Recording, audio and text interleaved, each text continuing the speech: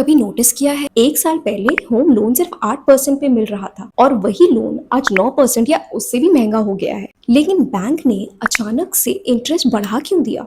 क्या बैंक अपनी मर्जी से इंटरेस्ट डिसाइड करती है? तो जवाब है नहीं। इसके पीछे होता है रेपो रेट। चलिए आसान भाषा में समझाती हूँ। मान लीजिए एक बैंक के पास लोगों को लोन देने के लिए पैसा कम पड़ गया। अब बैंक ये पैसा कहाँ से लाएगा?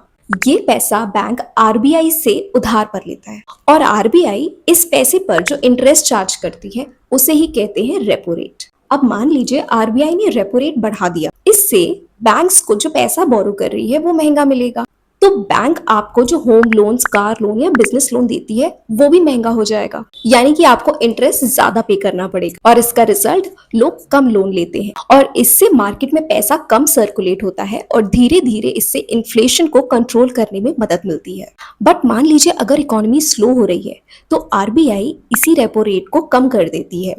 इससे बैंक्स को जो लोन मिलता है वो सस्ता हो जाता है, तो बैंक आपको भी सस्ते लोन्स दे पाती है और लोग ज्यादा खर्च करते हैं और इन्वेस्ट करते हैं और इससे इकोनॉमी को सपोर्ट मिलता है। तो सिर्फ एक लाइन याद रखिए, रेपो रेट वो इंटरेस्ट रेट होता है जिस पर आरबीआई बैंक्स को शॉर्ट टर्म के लिए पैसा उधार देती है और इसी एक रेट का असर आपके home loan, car loan, business loans और पूरी इकोनॉमी पे पड़ सकता है। सो अगली बार जब आपको लगे कि लोन महंगा मिल रहा है या फिर इंटरेस्ट ज्यादा पे करना पड़ रहा है तो इसके पीछे की इकोनॉमिक्स आपको पता होगी। सो मिलते हैं नेक्स्ट वीडियो में।